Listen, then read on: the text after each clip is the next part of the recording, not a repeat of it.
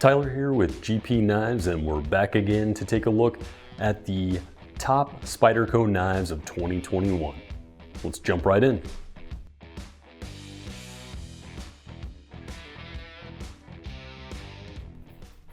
So we'll start with the Spyderco Endela, and this is the mid-sized version of the Delica Endura family.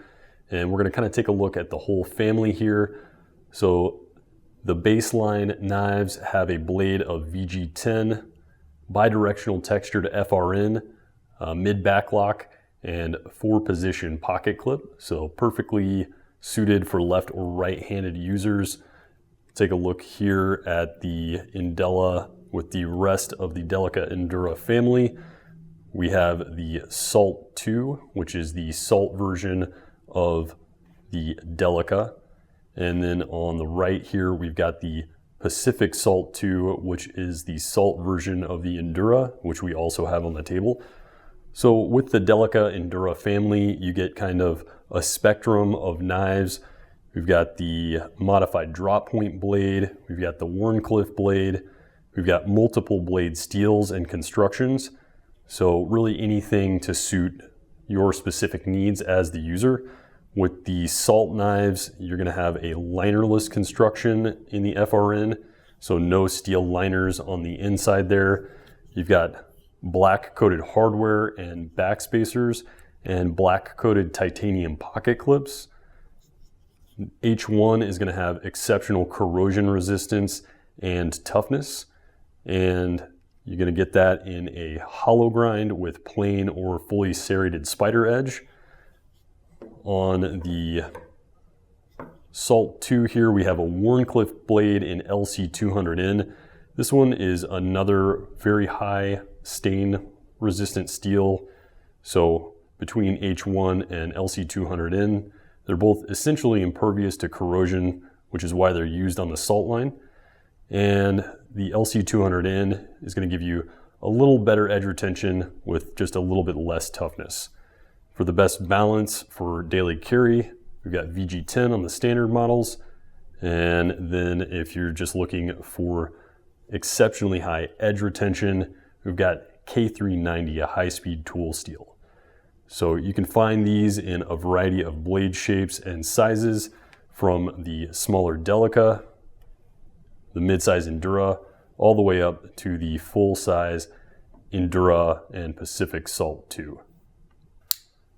And for a nice gentleman's carry, we've got the Spyderco Chaparral here in the Bird's Eye Maple. So this is one of their Tai Chung production, very high quality. We've got CTS XHP, a highly corrosion resistant tool steel. And this is gonna be pretty comparable to S30V in terms of edge retention and performance. Very thin blade on here for excellent slicing. We've got full stainless liners, a mid backlock, and reversible wire clip, which makes this great for left or right-handed users. And it's just a great size for a daily carry knife when you're looking for something a little smaller. Next up, this is one of my personal favorites, a great option in the Spyderco budget line, the Astute. So we've got 8CR13 MOV, kind of mid-range stainless steel there. But the great thing about this is it is a full flat grind and a nice thin blade stock. So performance is very solid on this. We got black G10, stainless liners, liner lock mechanism, and 4-position clip. So even though the liner is technically a right-hand liner lock, this does make for a solid left-hand carry and user as well. And one of the great things about this knife is that the edge to handle ratio is very high. So as you can see here, it's got about the same cutting edge as the classic PM2 in a size that is just a little bit longer overall than the Chaparral there. So great option in terms of the overall efficiency of the design. And this is actually designed by the same maker of the Spyderco Hungarian as well. Next up, we have the UKPK or UK penknife. So if you're looking for something that is a non-locking folder, this is a great choice. Just like the Salt series that we mentioned before, we've got LC200N and we've got a yellow FRN on this one. This is made in the USA in Golden, Colorado. Again, we've got a reversible wire clip in black, so nice discreet carry there, and a forward finger choil that allows for a nice solid grip with good control, and a nice strong bias against closure. So even though this is non-locking, it is very safe in use. Next up, we'll take a look at the Para 3. So this is the smaller version of the classic Paramilitary 2. Take a look at those here for a little size comparison. So essentially the same design, just scaled down. We've got the CQI upgrade to S45VN, which is similar to S30 with a little better balance of performance and enhanced toughness. Here you've got the Camo G10 version with the satin finish blade, or in this case it is a fine tumble, 4-position clip, compression lock mechanism, and just a great all-around size for EDC, especially if you want something that is a little more stout in the blade stock thickness for heavier use. And we'll go ahead and leave the Paramilitary 2 out here for comparison in size as well. And next up, another knife from the value line. We have the Spyderco Tenacious Lightweight. So this is essentially a more budget-friendly version of the Paramilitary 2 with a little bit different design element. We've got a more leaf-shaped blade here, 8CR13 MOV, just like the Astute. On the handles, we have full stainless liners with bidirectional textured FRN, 4-position pocket clip with a through lanyard hole here at the back. And again, it is left or right hand carry friendly, and a little bit more compact overall in the footprint from the PM2, and a little more cutting edge for the handle length there. So nice efficient design as well. And moving on to our next knife, one of my personal favorites. This is the Spyderco Manix 2 Lightweight, and this is in their proprietary Spy 27 steel developed with Crucible. And performance on this is going to be pretty similar to the S45, a nice balanced stainless steel. It's going to have good edge retention, corrosion resistance, and sharpening response. Again, we've got bidirectional textured FRN in their cobalt blue to go with the Spy 27 steel. We've got their ball lock, which is an ambidextrous lock. Just pull back on that and close it up. And a reversible wire clip there. So again, we've got a nice left or right hand friendly design. And you can see sizes pretty comparably to the Paramilitary 2. Nice lightweight construction on this. That FRN is linerless, so the weight on this is very light for carry. Next up, a bit of a rarity for Spyderco. This is a titanium frame lock and designed by Marcin Slysz. This is the Swayback.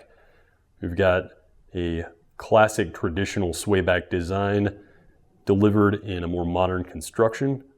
We've got CTS XHP again here for a nice semi-stainless tool steel with good edge retention and toughness, as well as a high hollow grind here for excellent slicing performance.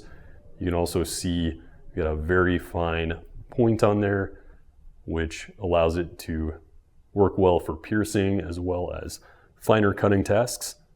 Full titanium handle construction with a subtle contour and a nice tumbled finish on there. Titanium frame lock with a hardened steel lock face insert, so the operation is going to be smooth and reliable for the life of the knife. And you've got an open back construction for ease of cleaning and maintenance, as well as weight reduction, and a right hand or left hand tip up carry clip there. Although I will say that operation is definitely more suited to right-handed users given the right hand frame lock and the right-hand accessible spider hole.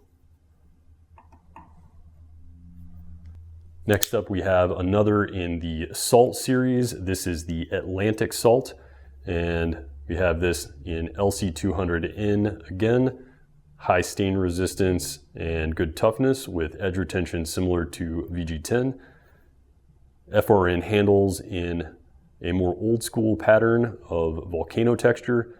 We've got a black coated mid back lock and a reversible titanium pocket clip with through barrel construction.